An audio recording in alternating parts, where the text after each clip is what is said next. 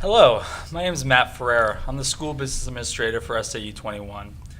So the purpose of this informational video is to educate the community on the collective bargaining agreement between SAU 21 and the Seacoast Education Association. The CBA will be included on the March 2019 ballot as a warrant article. So joining me this afternoon is a panel of members from the bargaining team who represent the different stakeholders for our community. This includes our president of the Seacoast Education Association, John Croto. He represents our teachers. We also have William Lupini, our superintendent of schools for SAU 21. We have Michael Rabidou, school board member for Seabrook School District. And we have Greg Parrish, school board member for Hampton Falls School District. So Mr. Rabidou and Mr. Parrish represent our school boards and our community at large. We tried to get a cross-section of the community so we could get a perspective to provide an educational and informational forum for the CBA. So thank you all for joining us. To provide a general timeline of this process, the negotiations began back in September of 2018, and the CBA was fully ratified on December 13th of 2018. It really was a collaborative effort between the teachers, the school board, and the administration to come up with an agreement that the parties felt was fair, not only to our amazing teachers, but also fiscally responsible for our community and the taxpayers. So the so-called collective bargaining agreement, or teachers' contract, is a collaborative agreement between your teachers and the school districts of SAU 21. Seabrook, Hampton Falls, Northampton, Southampton, and Hampton will each vote on the teacher's contract. Now, the teacher's contract must pass in each of the school districts in order for the teachers in any town to receive a contract. If the contract does not, or if the contract fails to pass in one town, it fails for the teachers in all towns. And here's where it can get confusing. In addition to the school ballot for each town, voters will also receive a Winnicott ballot. The teacher's contract on that ballot is the same contract and must also pass in order for your town's teachers to have a contract. Although Hampton schools are not an SAU 21, Hampton voters will receive a Winnicott ballot. Now, the proposed agreement is a 4-year duration with a 2.75% annual cost of living adjustment. Mr. Rabidou, how was the 2.75% cost of living adjustment determined? Well, I think it's important to understand that a representative from every school board was on this committee, and we all did review our current economic situation in each town and discussed it. And the 2.75 was our best guess at possibly coming to an agreement, considering we had issues that we wanted to resolve on the healthcare end of it for the teachers. So another significant change to this collective bargaining agreement revolves around adjustments to the health insurance. So this includes the removal of a high-cost Blue Choice health plan. This is in year 2 of the agreement, as well as a change from a 3-tier prescription plan to a 5-tier program, a provision to open negotiations should the Affordable Care Act excise tax take effect, the ability for part-time employees to take part in our health plan at their own cost, and the elimination of an opt-out payment for spouses. Mr. Parrish, can you please explain the primary financial ramifications of the health insurance changes to the school district? Sure. One of the issues we've struggled with the last few contract negotiations is the federal ACA excise tax. And if we have a policy that falls under this umbrella, the district could be penalized with this tax. So we have come up with a suggestion to eliminate our Blue Choice plan with the hopes of driving the employees to a better and more educated choice by them for the plans that we could provide. And in doing so, we will eliminate the possibility of an excise tax applied to the district. Dr. Lupini, how do these healthcare challenges affect how you run the school district? So whenever you're dealing with the cost of healthcare and putting it into a budget, you're dealing with what we've seen over the last number of years are large numbers, right? And so those large increases that we see, and we have to build in very early in the year when we begin to put together our budgets, they take away from our ability because we all recognize that there are only so many dollars. And so what we need to do is balance those increases, which we really have little control over in terms of the budget process itself, with our desire to make sure that we can provide teachers for this or programs like this or curriculum materials.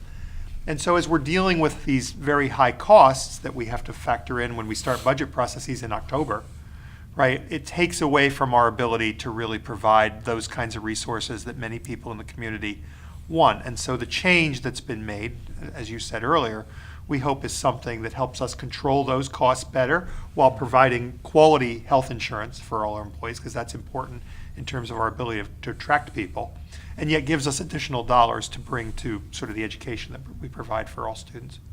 Mr. Corotto, what do these changes mean from the teacher's perspective? Well, health insurance costs have been going up for everyone.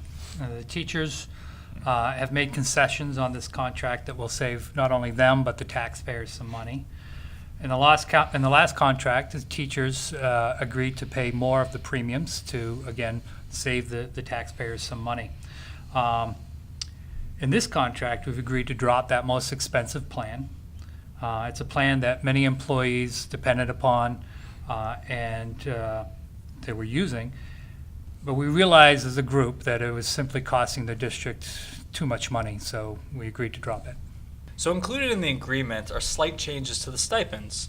So this includes increases to the retirement stipend, the accrued sick day retirement payout, the longevity stipend, and the advanced degree stipend. Mr. Rabideau, what is the rationale for the stipend increases? Well, I think the important thing is, as a takeaway, is that the health insurance changes would have a significant impact on the teachers. Further, the 2.7% cost of living adjustment was actually below the rate of inflation. Further, we feel it is healthy to encourage natural turnover via retirement, and the retirement-related stipends help spur that decision. And the point is to provide compensations to the teachers as part of their exit plan. As such, the board felt it was appropriate to provide the slight increases to the stipends. Dr. Lupini, there's also an adjustment to retention of longevity and sick leave for teachers who change school districts within SAU 21. What is the purpose of this provision? So I think this is an area that I really have to applaud the sort of the vision of our boards on. So we had a contract that actually, in many ways, in this particular issue that you're addressing now, addressed our districts as 5 different districts. And so if a teacher were interested in, a middle-level teacher, let's say, were interested in going to the high school for an open position, they could only do so within our own SAU by giving up those pieces, their sick leave time, their longevity, those kinds of pieces. We know that in some cases they were able to go to other SAUs who would give them credit for that. And so we saw the provision, the boards saw the provision as rather self-defeating. And so this was really an effort to make sure that within our SAU, we can retain teachers who might be interested in changing grade level or changing subject area or something like that, that they would do that. If they were going to do it, they would do it here with our students. And so that was the purpose. And I think this is really one of the more important provisions that we negotiated. Great. So additional language adjustments address the teacher workday for Fridays, as well as clarification to the sick leave bank and crediting sick leave at the beginning of the year. Dr. Lupini, how do these changes affect the management of the operation of the school district? So the sick leave piece, let's deal with that first. That really addresses what's been our practice, right? From as I understand, coming in new this year, that's been the practice of the system. The other piece is really important in that if, we know that in terms of our early release days, parents like us to be able to look at Fridays. That's a good day for them. Fridays were difficult because of the provision that was in the contract in terms of it cut down on the actual time that we had for professional learning. And so we no longer have that issue when scheduling professional development for Friday. So it's really, again, a good thing in terms of the professional development of our teachers, and we think long-term in the best interest of our parents and students. Thank you. So the CBA includes language that places a cap on the number of teachers who can take a personal day on the same day in the months of May and June. Mr. Parrish, what is the need for the cap on this personal leave? Well, one thing we keep hearing in board meetings over the course of the year is staffing needs during this time frame from our principals. And it became a topic of conversation over the last several years. So by requesting this in the contract, the May and June, what we're doing is now spreading this out over the course of the year. So a burden is not put on the principals and the schools of trying to find substitutes, sometimes large numbers during this time frame. And so it really balances that out for the administrators and helps them plan those last few months of the school year. Thank you. So the CBA has also updated the course reimbursement provision. This represents the cost of in-state UNH graduate course tuition and the ability to use a portion of these funds for workshops, seminars, conferences, etc., other professional development activities. Dr. Lupini, how do these changes help the school district? So this is another of these provisions that I think is very important. You know, we had a lot of conversations in bargaining about the CBAs being really a reflection of what you value and trying to make sure they have a great application to teaching and learning, and this is a great provision that does that, right? So we knew that the amount did not represent what the full cost was for these courses that teachers might be interested in taking, and that we really need them to participate in through UNH. So we've tied it, as you said earlier, we've tied it to that particular provision. The other piece is there's added language that ensures that there's a mutual benefit from this, that not only is the teacher able to take things that are of interest to them, but we're able to better control issues that we're interested in addressing, high need areas for the district. Right, we know we have another number of subject areas in state that are viewed as critical shortage areas. If teachers are interested in getting certified in those areas, we want to incent them to do that. That's what we want to spend our money on, right? So those kinds of areas, issues about their current position, their goals that they've established through the evaluation process are all tied into encouraging the right kind of professional learning that supports our students in the classroom. Thank you. So now we'll discuss the cost considerations for the proposed CBA warrant article. The financial implications to the individual towns in year one include $376,000 for Winnicott, $45,000 for Southampton, $277,000 for Seabrook, $147,000 for Northampton, $109,000 for Hampton Falls, and a total cost of $954,000 in year one. So as part of this CBA, there's also a year two savings of $31,000 due to the health insurance reduction. I do want to note that as part of that assumption, we did make a conservative estimate based on the next tier of health insurance. We do hope that the actual cost will actually be lower than that amount. We also hope to drive behavior based on consumer-driven health plans to further recognize savings across the district. Mr. Parrish, can you please provide the school board and community perspective on the costs included in the CBA warrant article? Sure. When you're elected to a board, this board, or even your select boards in our towns, you have a fiduciary responsibility to your community. And each year it's a struggle to find money that you need to cut out of the budget, yet still maintain or provide the services that you want to for your town, in our case, education for our kids. And so whenever you can save money, that's a huge benefit. To Mr. Croto's point earlier, this is a 4-year contract.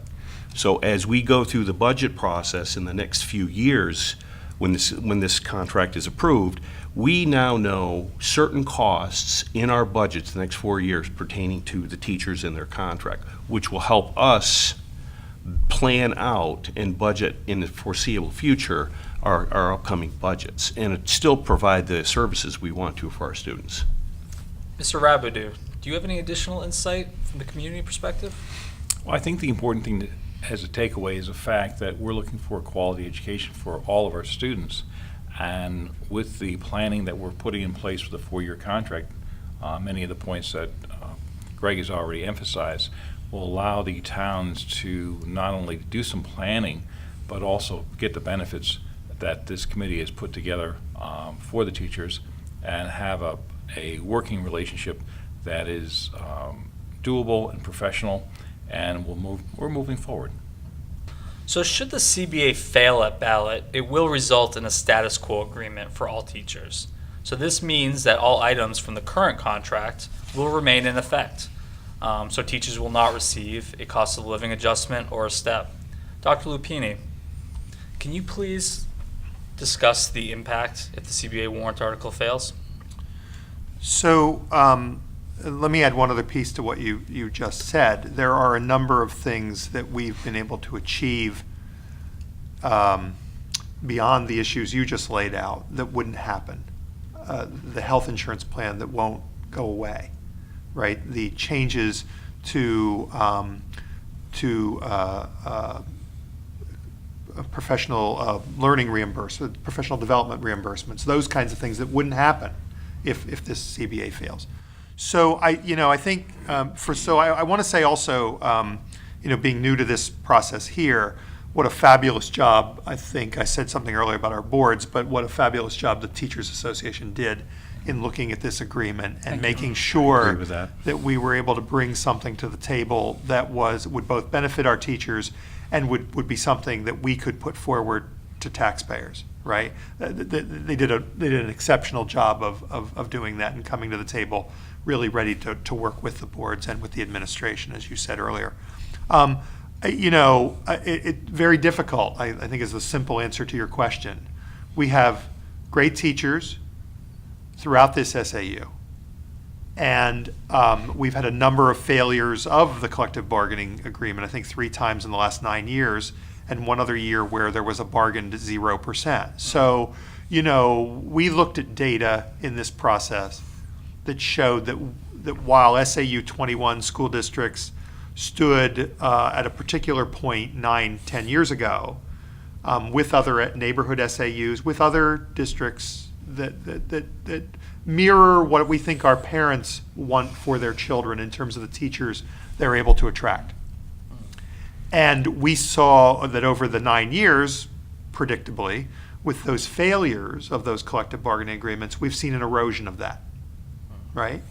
Now, no one is suggesting that we have sort of, teachers leaving in great numbers because of that, but we're not as competitive. It's a very simple calculus, right? We're not as competitive as we were 9 years ago in a number of areas of the CBA in terms of our ability to attract and retain people. And that's where we want to be, and that's where we think parents in these communities want us to be.